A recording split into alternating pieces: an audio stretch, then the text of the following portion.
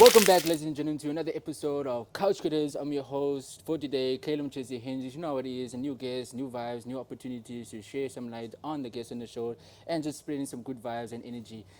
Like I said, new guest, but not just any guest. We have the talented comedian and entertainer, Dalin Oliver, bro. Pew, pew, pew, pew. Where's the sounds? Where's the Pew, sounds? pew, pew, pew. Ra. Please. Yo, Dalin, thank you for coming on the show, my brother. Thanks It's for been a having long me. time Yes, coming, bro. Yo, we've been chatting. been chatting, We've bro. been chatting, so thanks for making time. Since COVID, bro. Since It's COVID. been 4 This years is coming. 4 years in the making. Sheesh. I had more hair when you messaged me, so I do apologize. All that stress I've been nagging your Yeah. ear. No, I'm glad we could connect, and Yeah. thank you for this massive couch. I've never You're sat on welcome. a couch this big, so No, I'm you trying to see what's best I'm- in my 36-year-old body. As long as you're comfortable Yeah. and you like, oh, relax. This is more like a home vibe, you know. I home love vibe, that. you know, where you just chill, lay back, and just have a conversation. I on the got couch. you. I'm Yeah. excited. I'm excited as well, man. It's been a long time coming, like you Yeah. said. Like, And well done to you and the team, man. You guys have been thank putting you. in time. And well done on you as well. You also been doing the big things, going global out here as Baby well. steps. Thank Yeah, you very from local much. to international, bro. How Thank do you you. feel about that, bro? It's been a year of growth, a year of learning, so many blessings, and a year of just finding my voice. And when I say a year, I mean like 4 or 5 years. I think Yeah. after COVID for me was like that point of inflection and reflection point where I went, what type of comedy do I want to do? What type of material do I want to write? What type of stories do I want to tell? And where do I see myself going with it? So, like, very intentional. That first show after COVID, it was called Stay at Home Comedian. I'm running out of titles for shows. Yeah, like I'm running, how do you get these I'm running out ideas? of titles for shows. So every time you apply for a festival or to a theatre to perform it, they want the title first. And I was like, well, everyone's stay at home dad, stay at home mom, because it's COVID. Yeah. So no one left the house. So stay at home comedian. So I spoke about my experience of living at home and everything that came with it, even though we were industry cut, but how can you be creative? So a lot of the storyline was of my neighbors. I stay in a block of an apartment block, and my neighbors were playing adult tennis. You know, Yeah. adult tennis. Is it called tennis though, or is it paddle? Is that the new thing now? No. This is adult tennis. What's the difference between adult tennis and Adult normal tennis is when you're sitting in your lounge and you can hear your neighbors playing Oh, tennis. oh, There we go. You see? okay. So we make I it caught on. we make it family friendly by saying adult tennis. Okay, family friendly. Okay, There we go. okay. You know, I'll get- there we go. Okay, snap. So then okay. I can still do the gags to kids at school at the Yeah. Arts Fest in Makanda. I had grade 7s there. I was laughing, going, I Yeah. can still tell this joke with you here because they were playing adult tennis, and then you go into the gags from there. But that was cool because the writing just grew into a space where I'm like, let's see how much more access we can have with the writing to not being too niche in my colored identity, because I had those shows that told those stories, but being from Retreat and growing up in Cape Town, but just expanding the base more where it wasn't too much of culture identity politics of being Yeah. a brown kid, of being a colored kid, but more going, how does a story translate into the world? Yes. And open the envelope more. And then from there, being fortunate enough to plan my first tour to Australia was in 2023. I did 5 cities, spent 2 months there just to feel the city. They got fantastic comedy infrastructure in Australia, from comedy clubs to festivals, and then going, wow, this is amazing. Let me see if I can keep dipping into it and keep figuring out the things. But bigger picture with all of that, I got married in August 2023, just before we left to Oz. So that was the big change of season for me, you know. So, I just feel to be a married man though. dude, I'm loving every minute of it. Yeah, Being I'm over- eating lekker. You're eating liquor, eating liquor, and you're comfortable, huh? Eating lekker and comfortable, which I'm trying to get rid of my little boopy over here. I'm laughing because that's like the conversation with everybody after 30. Like, Yeah. nah, I'm trying to lose weight, maybe. Yeah, you know, I'm because trying once my you get to best. go, you lose yourself. You're like, you know Yeah. what? I'm happy now. Got my dream goal. Yes. So I don't need to plan anything else. Yeah. Yeah. Trying to look good for anyone but my goal, but my yeah, wife, but my wife. But you gotta show up for each other Yeah. in different spaces. So even with that, small things with performance, your health and your mental space, emotional, physical space plays a big role, because I'm on stage for an hour 10, hour 15. I need to be fit. If I'm on the road locally or abroad, I need to be fit. So Yeah. just being more aware of what we eat, what Yeah. we consume, trying to get to better running, walking habits. For I like sure. running. Running is where my brain ticks and I write and I Yeah. create. So that's important. You seem very busy, you know, and you're married as well. So how do you find the balance between like catering for your wife and for your show as well? Because you're touring a lot, you're Yes. internationally traveling. It gets lonely. How do you find what? The How what? do you, The how do you, balance. the The what? balance, The what? the What's that? balance. What word is that? I've been very fortunate. My wife's amazing, and she's an artist as well. She's Yeah. a singer. Check out Maxine Caesar. Shout out. Shout out Maxine Caesar. Well, Maxine Oliver. Caesar's Oh yeah, you gotta yeah, claim as a show. yeah, make Caesar's sure. a maiden surname. She comes from a musical family, so initially that first year it was Maxine Caesar. Now we were laughing because we were like, we just need to change it and get your new ID document as Maxine Oliver. Because those are processes that you have to do when you're married. But we were traveling initially when you just got married. We got married on the 27th of August, 2023. On the 29th of August, we were on a plane to Australia. Together. Together. Yeah. Yes, together. So my sister's in Melbourne, and part of the tour was visiting her. And my middle sister and my brother-in-law came with us. It was a great space where we could visit my sister for the first time with our partners. Yeah. And then what had happened was Maxine was with me for a month, and then she came back home. And then the good thing is that Liesel, elder sister, and Jolene, middle sister, were with me in Oz for that month. So then I did shows in Brisbane, Gold Coast, Sydney. So they were with me there, and then Maxine was with me in Melbourne and Perth. So I was very fortunate because I had a good family core. Yeah. And support core. That support system is very important locally and when you're traveling. And then I went back to a festival in Perth for 2 weeks, 15 days. That was the one where I went on my own, because the rand is the rand, bruh. Yeah. You must go, listen, we can't just be flying. Whoa. We can't just be flying here like we're driving to Langebaan. It's not like that petrol cost. Yeah, we're not going to Langebaan here. This is a flight, right? Yeah. And then you have those honest conversations, and the festival was great. I loved everything about it. Got to connect with comedians, got to play festival rooms, club comedy rooms, my own show. So in terms of the artistic and creative space, it was great. Then my sister came down for 5 days from Melbourne, so that was nice. But then for the rest of it, once the comics leave and once the good times are over, after you chilling, it's lonely. Yeah. It's very lonely on the road, and Yep. and it hits you when you're walking with your backpack and you're trying to do tourist stuff on Yeah. your own, when you know you have a person, but Yeah, they're you're not like, there. you can't share that moment. Can't share that moment Yeah. and those experiences. The one thing we were very blessed with is my wife and I managed to see Perth together, and she came to my first show. So when I was back there, at least she had reference points. Yes. And I was like, hey, we were here together, so that helped. And then very fortunate again, we don't have any kids yet. And I say this with I was gonna say like. so I say this with lots of respect and with yeah. lots of love. We went, while we don't have commitments of other human beings yet. Yes, Definitely. I'm so excited to be a dad. Yeah. Close Definitely. soon? Or? No, not soon. Let's not spread rumors. Every time people see my wife, they're like, "You glowing?" I'm like, "What do you Whoa. mean?" I'm like, "I'm glowing." No, we definitely want to start a family one day. I'm very excited for that season. But we were like, because both of us are artists, while we have this freedom of movement and freedom of not having to be commitment, but be present in another human being's life. Because it takes a lot of responsibility to make sure that they're taken care of. And hundreds. And we were both very fortunate. We come from homes where our parents are still together. They did everything in their power to build a great family and loving environment. So even though we're artists, we're never going to stop being artists and never going to stop traveling.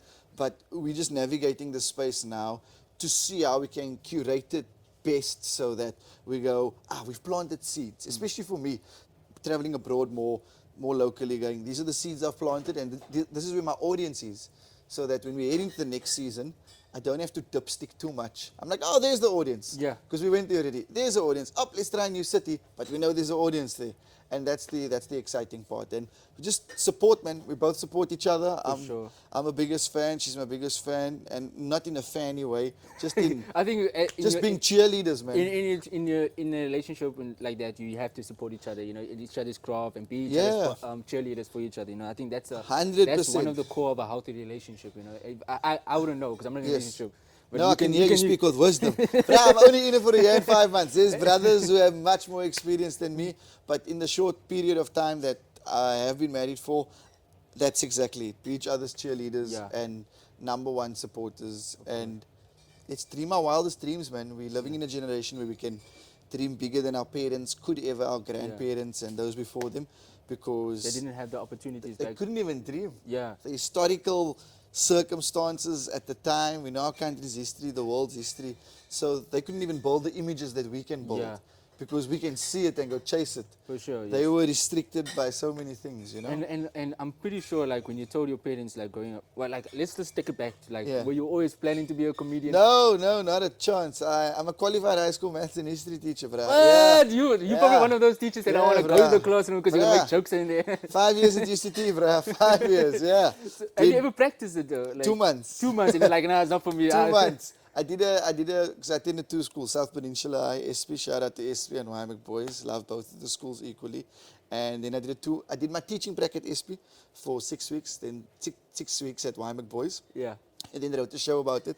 I came, I taught, I left. That was my very first comedy special. And then from there, 2012, I graduated, did my postgrad teacher diploma and history honors after my undergrad. And then I went, okay, cool. We were very fortunate at the time. We went to the arts festival in then Grahamstown, now Makanda, with Yomasa Comedy Club, now Cape Town Comedy Club. Kurt Skoenraad, This is big. back then, huh? Back then, big love to Kurt Skoenraad, Des Mackay, Katrien, Paulander, the whole team. They just took a few young up-and-coming comics with them. It was myself, Carl Weber, Liam Bento, Yasin Barnes, and I think AJ Mukari, 1 or 2 more if I'm not mistaken. And we got to experience this. And if you're not an artist, if you don't come from a home where there's creatives, you don't know about this. Yeah. Mom was a teacher, dad was an electrician. So my exposure to the arts wasn't something that was immediate to every day, Yeah. right? So you just stumbled upon it. I stumbled upon Yeah. through comedy. Yeah, no, third year I was studying for the politics exam, got bored. Always loved comedy, but Yeah. didn't ever think I'd be a comedian. You know, you're the funny guy, you're the naughty guy, Yeah, but that doesn't mean you're going to be a comedian. Yeah, I mean, I'm not the funniest guy in my friendship circle. Yeah, dude, the brasa I grew up with in retreat, there were 7 of us, and I'm not the funniest. So when I see them, I'm like, this is great. Because if you could do this on stage, you'd be so amazing. So you're just telling them, like, yo, if there's a class clown there, just know that you have a gift, maybe. Yeah, you have a gift, you have a gift. And also how we grew up culturally, man, Yeah. as South Africans. And I don't want to bring it down to color, but I grew up in a colored household. Of So course. culturally, that was my immediate surroundings, right? And our aunties and uncles are funny. But it's a South African thing, regardless of your race, culture, creed. South African people are funny. So within whatever circle you grew up in, there's funny aunties and there's funny uncles. And we're all dealing with our trauma through humor. Yeah. If we don't laugh as South Africans, it's a problem. Yeah. Because then all that stress and Yeah, tension's and bottled up you inside. just start exploding, and you're like, what's Yeah. going on with this guy? So- Because you're not able to communicate in a healthy format. 100%. And comedy is a medium that you can express. So we laugh about it. Yeah. If anything happened at home or in the neighborhood or in the Yeah. family, we laugh. That's Yeah. how South Africans deal with it, Of right? course, of course. And then I started writing down funny thoughts. Started writing down funny thoughts. And for about 2 hours, I wrote funny thoughts. Next morning, I was still staying at home. Went to my mom, I'm like, I'm a comedian. She's like, go write your exam. Because I mean, Wake up and tell me you're going to be a comedian. I'm like, no, I'm serious. Of course, because you know, in the color community, they don't understand the entertainment side of, Yes, you know, because yes. they don't see it as a Yeah, stable job, you know. Yeah, as a Fair- creative, it Yeah. doesn't seem like you're gonna make any Yes. buck with it. They feel for your future, you know. So in that breath, shout Yeah. out to my parents. They've been like ridiculously supportive. But at the time, imagine Yeah. your son waking up. He's going to go write exams in the morning. Mom, I'm a comedian. Like, what are you talking about? Like, go quit the education. Yeah, but I got to university, told my friends and be a comic. That Yeah. night at home, there's a place called The Close. It's a cul-de-sac in the area we grew up in Ardley Park in Retreat. We used to chill there, tell jokes in the road. My brassa were lamming. And they're like, what's going on? I'm like, this is the jokes I'm doing. Be a comic. Started Googling places. And then Melody Chevlaine ran Joker's Comedy Club. She gave me my first spot, November 26, 2010. Shout out to Melody Chevlaine and Joker's Comedy Club. They were above the Lincoln Tavern, a bottle store in Athlone.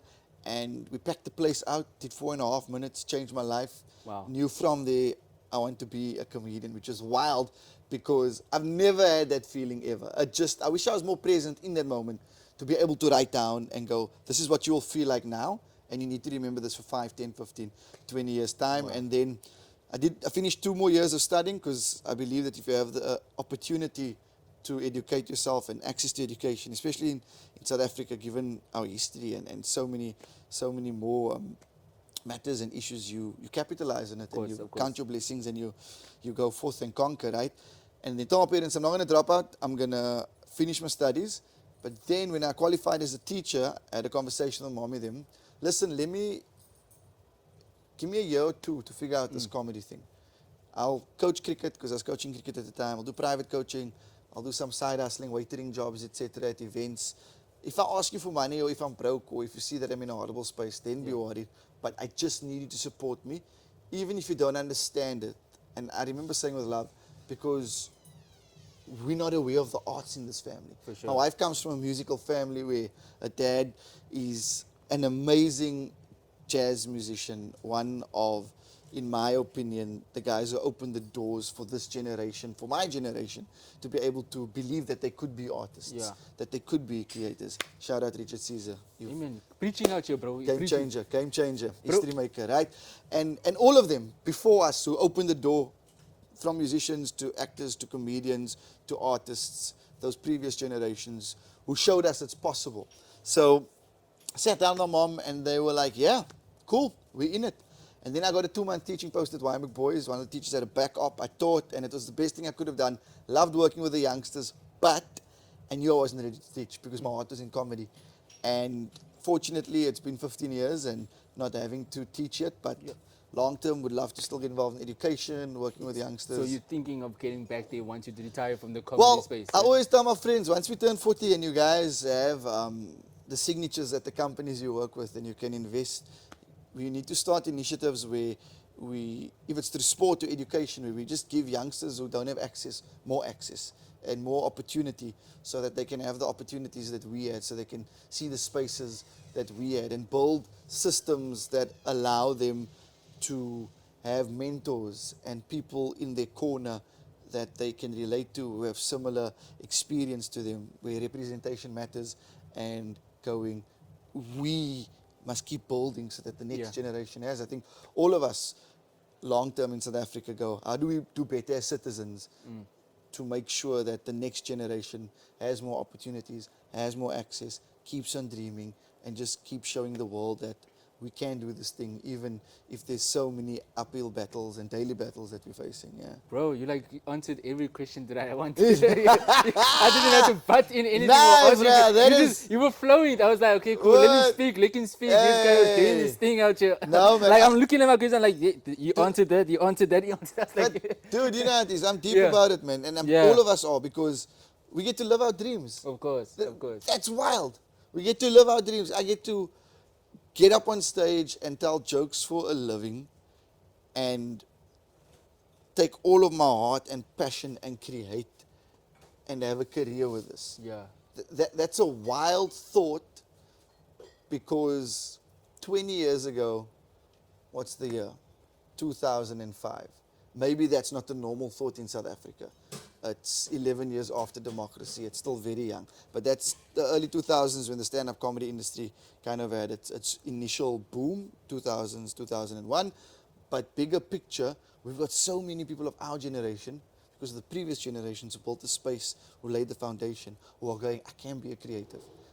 I have art, and if I want to give art to the country and the world, I can do this thing. Because look, 10 years ago, this guy did that, 20, 30. You know what I mean? So we've got fantastic reference points. We've gone up against so many more challenges than us.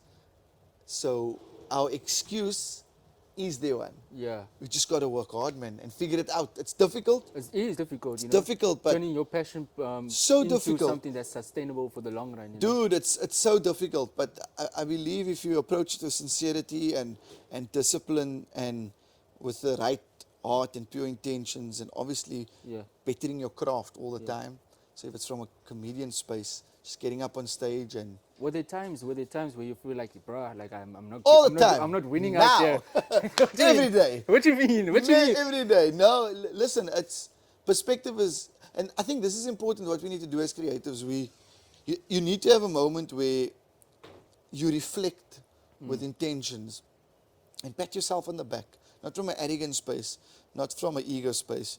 You just need that important affirmations where you're like, hey man, look from last year this time to this year this time. Look how much I've grown. Growth is not a financial thing, in my opinion. Growth for me, I go, how has your art grown? How has your skill set grown? Because that will translate into whatever it needs to translate. And if for me, if that's growing, I go, you're on the right path. But were you always had this level of maturity during the early stages of your career? No, not at all. Because Not at all. people like myself, where I was like, yeah, I'm not even at the No, stage, dude. like, bro, like it's not happening. Like you get all this It's negative tough. things, thinking of yourself, like, let me just focus on my Yes. 9 to 5. Let's leave this, brother, because it's just draining me. You know, Yes. it's just mentally draining.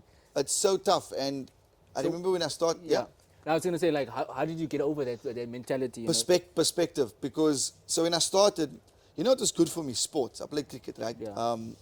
So this is why I love sport. I think regardless of what level you play at, you learn structure and discipline. So for me, cricket was beautiful because you know that you got to go train on Tuesday, Thursday. If you want to do your own stuff, you go Monday, Wednesday. If you're playing, it's Saturday, maybe Sunday. So it was like 7 days a week. I played junior province until under 19, was the province under 19 captain, and then 2 years province academy, and then started comedy. I'm not that angry uncle who's like, I should have played for South Africa, but I got a knee injury. You know that uncle that exists everywhere. I'm not that uncle. I wasn't good enough to play at the next level, but played club cricket until 29, first team, the best possible space I could be in. What a fantastic time. Because what happens is you learn the etiquette of showing up, right? And then translating that discipline and etiquette into your own career and into your everyday life, but also learning how to celebrate others. So in a sports environment, you're not always going to be the star. Your bra's going to score a try, your bra's going to score a goal, score 100, and you have to celebrate them, even though you've been training just as hard, or equally as hard, even harder, you've got to celebrate them. But then when you do well, they all celebrate you. If I get a duck and my team wins, it's a great day. Yes, my personal performance wasn't the best, but the team won. So your art is not about winning, and your art is not about titles and making sure you're the best. That word, the best, always stresses me But out. isn't that motivation for you to aim high? For me, I go, be the best version of myself. That's all I need to do. No comparison to no I one else. can't, Yeah. I can only be the best version of Dalin, right? With other comedians, all of us have such different voices, such different perspectives. If I can be the best possible version of me, show up every day as a writer, as a comedian, as a sports broadcaster, and figure out how to best find my voice and start building that voice where people go, that's Dalin, and did it. Then for me, I've found the growth that I need to. And that probably happened over the past 5 years. Where we are found out, okay, this is who I am. I've Did grown you go a like bit. a spiritual journey or something? No, did you go to like a dude, Buddha? it was COVID. It was COVID, okay. COVID going. Everything that we've worked for was taken away. Yeah. It's gone. You couldn't do anything. Couldn't do anything. Yeah. Did you go on a depression phase? Then you were like, flip. I was very fortunate. I was still working in radio at the time. I was working on Good Hope FM, or at Good Hope FM on the breakfast show. So we were very fortunate because we were still working. So we had a means of income. But in terms of my friends who were only doing stand-up and friends who were musicians, it was tough. There wasn't work. They were selling instruments. Yes, we learned how to be in an online space. We learned how to be more savvy in terms of a tech space. But COVID was that inflection and reflection point, like I said earlier, where you went, what do we want from this? Because we saw everything could be stripped away and taken away. So what do we want from it? And from there, I think it was just perspective of also being kinder to yourself and going, it's fine if you don't tick this box in this thing when you gave yourself the timeline. It's okay. There's no rush. There is no race. We just competing against ourselves, Dalin against Dalin. And this marathon is beautiful because if at 50 or 60 and at 70, I can look back and go, I wasn't famous, but I could provide for my family through my art. Through what you enjoy the Through most. what I enjoy. The most, yes. I'll be the happiest person. Let's say, hypothetically, we have 2, 3, 4, 5 kids and a big family. Let's see what happens. Sheesh, that's what you're aiming for. 250, I'm joking. Let's say it's 3, 4, 5 kids, 2 kids, 1 kid, whatever the case is. And we look back and go, our art allowed us to give them the best possible life. Then I'll be happy. Like, just knowing that I can still possibly be a comic and a comedian at that age and still enjoy what I do. Amen to that, bro. Would mean the world to me. I don't know how I'm going to get there. This could be the peak of my career. Yeah. This could be the best possible thing. But you'll be And grateful with it, regardless of the turnaround. dude, 100%, man. You seem like you're enlightened.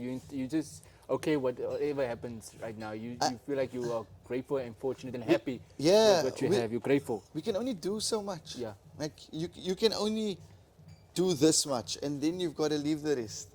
Do you know, there's certain keys you don't hold to open the door. There's certain doors you can't open. But I sincerely believe in being kind, being a sincere human, and being a student of your craft, and wanting to figure out how to be a student by mastering it and being as flat on the ground as possible, salt of the earth human, that the right things will fall into place. Wow. And I sound like an uncle. Yeah. I Yeah, genuinely do. I feel like I'm here listening for advice here. You know. But I worked in entertainment since I'm 20, immediately after university, so 22, 23. Yeah. Been very fortunate. So I've seen from a stand-up comedy perspective, from a radio broadcasting perspective, and everything that comes with that, to go, it's a marathon, man. Like at the start, you spoke about it earlier. We just want to chase. Yeah. I need to chase. I need to win a competition. If I lost a comedy competition, I was bleak. I was sad.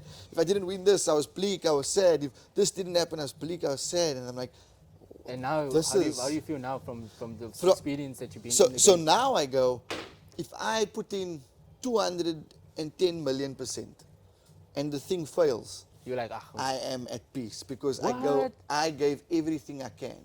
As- So if I give everything I can from my own side, and the show doesn't sell out, I go, I did my best. Yeah. There was nothing humanly possible that I could have done to have made this more of a success. Okay. That's how I look at it now. Because previously I'd be irritated, or I'd be frustrated or angry, and go, it doesn't lead to anything. Yeah. You know what I mean? But it takes years of maturity of like. We all learning and growing all the Yeah. time. Failure is a beautiful thing. You learn like from you failure. just learn the most lessons from failure, and you learn to be excited, not for failure, but for dreaming more and for taking more risks, and knowing that there is success in failure because you tried it. Yeah. You did it. This podcast is amazing because maybe when you started you weren't sure, but you were saying, look at us 5 years later. Yeah. You here? We keep on pushing. You still have a couch and you're still a creative, bruh. You know what I mean? Yeah, I get you. You're here. You could have given up easily. I could have, but I'm still here. It's like tough. This is hours outside of your day job, hours outside of chilling with friends, hours of you must take the missing. sacrifices to push for your dreams. You know. No one's gonna come ask, hey, where you at? Yeah. I always never know your how to pronounce your responsibility. name. Caleb. Caleb, eh? Yeah. Yeah, because they forgot the B. I'm like, where's the B, Caleb? Why you gotta be different? No, because no one's gonna come phone you. No one's Yeah. gonna say, hey, are you okay? Where you at? Everyone's trying to figure out their own space. It's difficult, right? Yeah. So just find your, and it takes years. I only feel now that I'm finding my voice in comedy. So it's exciting because I'm still fresh and young in my heart and mind, going, oh my word, if this is how I feel now, I'm going to feel like in 20 years, in 30 years. But you find your road and your journey, and I think for me what is important, when I found my piece of what I wanted and where I wanted to go, there was a calmness that came as well. Yeah. Sure. And that I calmness think is a marriage nice has thing. really enlightened you, unlocked a different Well, version of you as well. Bruh, marriage teaches maturity. you must use your words now in conversations. No, you know what's fantastic, because obviously with your partner you share your dreams and you share your goals together and you speak about things. But just knowing that there's someone who's always in your corner, Yeah. 10,000%, and someone to say it's going to be okay. Yeah. Don't worry if you didn't get this. You think single Dalin will be out here still not being enlightened as you are right now? I think single Dalin would still be very aware, but he would be chasing much harder. Yeah.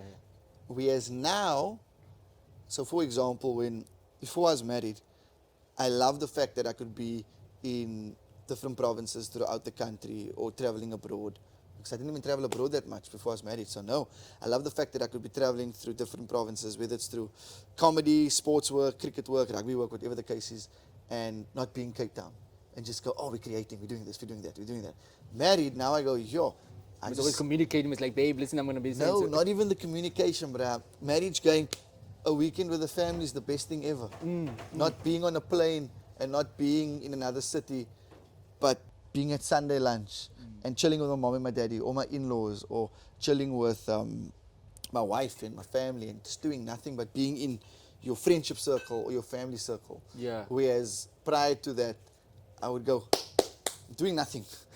Why am I doing nothing? Do you know what I mean? Yeah, I get need you. to be hustling. What? Fun. What is that? Yeah, I need to get that. Yeah, come, get you the know. next bag, get the next opportunity. Yeah, you know what I mean? But sure. it's seasons of life, and everyone goes through it. Yeah. So, and if you're single, you can still have the perspective of the calmness. So it's not to say only because I found my person that I have this kind of new perspective and peace. No, it differs from growth. It's growth, yeah. It's growth as an adult and as a human, and for everyone, it happens at a different age, at a different time, but at the right time. Of course, of course. We're running out of time here, ne? I just want to go through some quick, light-hearted questions, Yes. you know, because I mean, you already shared your journey with us, you know, and I'm gonna skip that part because I don't want to repeat yourself again. Anything. What's the funniest thing that you ever happened to you on stage, bro? Funniest thing. Yeah, did you ever like bombed on stage before? I got not booed off stage. I got clapped off stage. Yeah, clapped because like, no, I thought like clap like Will Smith clapping. No, not a clap. Oh, not a clap. Okay. Not a clap. A clap. I was at Sergeant Pepper. They were running they had Monday night comedies, and there's a group of tourists there that were there for like burger night specials. So they weren't there for stand up, and every comic believes if another comic dies, when we say dies, they didn't do well on stage. Yeah. There was that awkward silence that is the scariest thing ever. It's the scariest thing it's ever. Like you're doing an auto presentation, everyone's looking at Bruh, you. it's the scariest thing ever, but it's the best thing ever because it leads to growth. There's growth in dying on stage. There's growth in learning new material, writing new material, figuring new material out, right? But the growth only comes with experience because you know how to deal with death better. When you're young, you don't know how to deal with death because in your mind, I'm funny, funny. So I get on stage, comics before me is not doing well. I get on stage, I'm the O, man. I'm going to go be funny now. I'll show you guys. I'm the O. Come yeah, I'll show you. I'm sick of like 5 years into my career, and I'm like, you guys having a good time? No one responds. Awkward. I do a few of my gags, which I know which work. No one laughs. I start interacting. I say, okay, cool. Who's here for burger night? Woo! This group of people clap. I say, who's here for comedy? No one clap. I say, okay, if you guys want me to leave, let's have some fun. I say, let's have some fun. If you want me to stay, start clapping. No one claps. I say, if you guys want me to leave, make some noise. Woo! The whole room starts cheering. Me in my panic state, I put the mic in and I walked off stage just going, oh snap. Then I walked, I'm like, I just booed myself off stage. Why would you sabotage yourself like That's that? the most inexperienced thing that I've ever done. And I remember driving home. Yeah. 60 kilometers listening to Boys to Men, like end of the road, going, I could have been a teacher. Yeah, I'm out. Like, why am I doing yeah, this I'm to myself? sabotaging myself, booing myself off stage. But just young and inexperienced and not knowing how to deal with that. Whereas now I just have the most fun on stage. So how did you overcome that experience, man? You just keep getting up on stage, and after that, I'll probably be like, nah, I'm no, not you going back. you keep getting up on stage, and you keep letting. Did anyone consult you like, with, hey, are you okay? No, my brother were like, you dumb, my bro. Pull yourself off stage. Why you get off? I'm like, I don't know. I just panicked and I walked off stage. But you get back up on stage and you learn that that's growth. And you keep getting stage time. And the more stage time you do, the more you learn. And the more you learn, the more you grow. How to handle the crowd. 100%. So you use that as a source material for your next comedy gag? Yeah, eventually. You know, not the week after. Nah, bruh. If you die on a Monday and your next gig is the following Tuesday, for that week, you are sad. You are sad. Can you use it as a therapy session to talk it out with the crowd? You walking around going, no one laughed at my jokes. But that's a good source of a joke. We're like, yo, guys, I was at the comedy club, nobody laughed at my jokes, and you just use I don't want to keep self-sabotaging myself, Caleb. It's not worth it. It's not worth it. But what do you think of like comedians like that? Do you ever like give advices to the upcoming entertainers, comedians of today? We were speaking about this at the gig last night at Ground Culture. They got a fantastic room in Woodstock.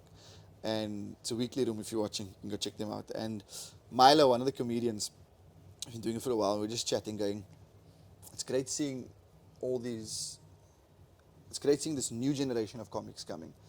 Because you can see a lot, but whether or not they stick around for a year or two, it's their choice.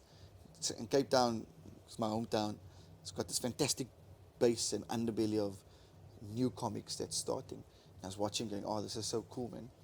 And then we were watching someone's gags, going, oof, they could add that there, they could add that there. And you're going, should we tell them, should we not? And we were like, sometimes it's best for them to grow into it. And sometimes you also need to earn their trust by letting Then figure it out. them figure it out, letting them see you, and then by virtue of them seeing you, going, okay, it's someone we can trust. Because I've got comics or peers and friends who I go, just listen out. So I don't want to sound like that older comic who comes, hey, you should do this, you should do that. So I do respect that boundary, and if they ask, what do you think?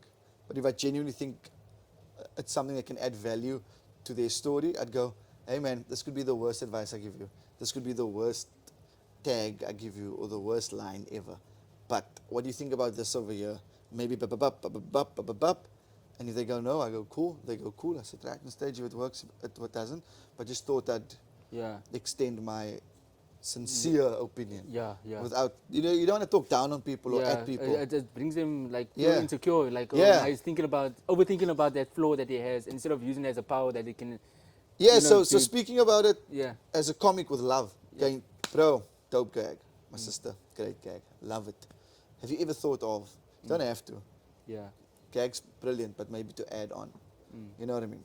And the only reason I do that is because there were senior comics who helped me as well. Kind of opened the door more and said, hey, this, that, and the other. Sometimes the best thing is just letting us figure it out on stage and then... if you bomb, you bomb. It's part of growth. Here we go. One thing we learn. All right. If you could perform a comedy set anywhere in the world, where would it be and why? Oh, my word. Wow. So interesting. South Africa's got great audiences. Like, there's a beautiful thing about performing in front of South Africans and using the isms that we know. Performing anywhere, it's a tough one, bro. Vegas, no, I'm joking. Trump won't let me into America. you colored. What's my race in America, bro? You can just change the Afrikaner. Yeah, what's my race? Oliver. How's it? I'm no longer Oliver. No, I'm Oliver. I'm not Oliver. Hey, if it's for the history behind it and the art of stand-up, we go with the Comedy Cellar in New York. I've never been to the States before, and that's like one of the meccas of stand-up comedy, the greats that have graced that stage and perform in that room and have performed in that room. So from a club comedy perspective. Of course. But then also, we've got great rooms here, man. We've got fantastic theatres, and it's such a difficult question. Yeah. Because you know why it's a difficult question? Because your heart's in it. Yeah. Do you know what I mean? don't want to set yourself up for failure as well, because if you're going to say something and then they say, like, hey, what about us? Or Yeah, like, what about us? Well, what about us? I thought we had something going on. Rather say the States where they're not going to let me in. You save yourself. All right, so which comedian would you ever love to collaborate with in the future? Yourself and I. Tough, man. It's so tough. Like, naming comics to you want to collaborate with is so difficult. That's always the toughest question. Because you're influenced by locals and internationals, man. Rest in peace. Bernie Mac, one of my favorites while growing up. Cat Williams. Yeah, like, he's good. You know what I mean? I'm referencing international comics now that I grew up with and that I watched. If it's Chris Rock, that we came from that raw era of Chris Rock when he was he's like making some young and improv, coming through. You know what I mean? Chappelle. The list goes on. I love Bill Burr. Yeah. But out of all of them, which one was your favorite one? So I'm gonna do this. Local. I'm gonna base this. I'm gonna base it on what I grew up with and what I was exposed to. Okay. Before I was a comedian. How's that? Alright, cool. That's fair. That's fair. Because I'm gonna go as introduction points to comedy for me. Okay. So it was my intro points to comedy were Cat Williams, the Pump Chronicles. There was no Netflix at the time. Pump Chronicles? You don't know Pump Chronicles? Oh, bruh. Who the heck is that? Cat Williams, Pump Chronicles 1 and 2. You don't know it? I'm probably way too young. I Dude, wasn't born yet. that was like the first two specials that we were exposed to, because there wasn't Netflix, Amazon, Disney, anything online. Showmax, it was hard drive. And your one friend had a hard drive maybe, and that got passed around. Yeah, and that's what CDs. you were, dude. That's what they were burning. That's what you were watching. Pirate copies. Bruh, that's literally what you were, the kings of comedy. Yeah. Bernie Mac, rest in peace. D.L. Hewley, Steve Harvey, Cedric the Entertainer. Eddie Griffin as well. Those were the Russell Peters at the time and Pablo Francisco. Yeah. Their Comedy Central specials were massive, especially in Cape Town at the time, because of that was being passed around on that USB on that hard drive, on that burnt DVD. With that, Joe Barber's first special and Mark Lottering's From the Cape Flats of the Love. Those were doing its round. So those were my intro points. And as a South African comic, being able to have met and interviewed and chatted, and I'd like to think grown into friends with and I say this with Mark Lottering, with David Isaacs, with Oscar Peterson, the people that you watched growing up. You know, when I watched Joe Barber, I remember I was in grade 9 at SP. It's like, I'm never going to meet these guys. Yeah. And then I end up meeting them. And then I end up working in the same industries as them. And then I even interviewed, my history honors thesis was about comedy and colored identity in post-apartheid South Africa, and how comics dealt with identity politics through comedy. And I interviewed Joe Barber, David Sheesh. Isaacs, Oscar Peterson. I interviewed Mark Lottering, You were exposing yourself to all the greats out here. Kurt Schoenraad, Stuart Taylor, Shimmy Isaacs, Wayne McKay, Brent Palmer. Yes. Yeah. Every 8 comics. Solly Every- Philander. Solly Philander. each one of them had a Their small own- contribution to your development as a comedian. 100%. 100%. And I was very fortunate because I was interviewing them only 6 months into me starting comedy. So this wasn't as Dalin, their peer or friend. This is as Dalin, as a student, as a fan of the art of them. And then growing into the space and then working with them and then being on a first name basis, being a bra, being a phone call away, a WhatsApp away. That is an emotional thing when you introspect it. Yeah. Because, wow. How did you get? Okay, yeah, I know I'm overboard here, but I just want to know, Yeah. like, how did you get into that space of being buddies with him? Because I know it's like they at Well- that level, and you so like trying to get into it. Nah, you got to respect the space. So you're not becoming friends with them when you're You a see- student and interviewing them, Yeah. or in your first year of comedy. Comics are very sincere humans. Yeah, And once you're funny on stage, there's a different type of love that starts getting shown. yeah, And with that love comes respect. And with that love and respect, you are welcomed more warmly into the circle. And I say that sincerely because when you start, you don't know why people start. Are you starting for the good times? Yeah. Are you starting for the vibes? yeah, Why are you starting? And then 2 years in, you go, okay, you're taking this seriously. 5 years in, okay, and you do your first hour show, and then guys go, okay, and then you start traveling a bit, okay, and then the more you start embedding yourself in the culture and the art, the more you realize the beautiful community that comedy has and that comedians have, where it's a room full of love. amen. Like it's been a room full of love. I remember meeting your heroes. We were king at Chili Bar. That's where I met Riyad Musa for the first time. It was wild. I was like, Jenne, he just shook my hand. And he said, hello, he knew my name. What? Yeah, Nick Rabinovich, same thing. That was at Old Your Master Comedy Club. Kurt Schoenraad as well. Meeting him and at Your Master Comedy Club. I'm like, what? Stuart Taylor with him. He asked us to do a show with him, my first theatre show at On Broadway. And I was like, this is wild.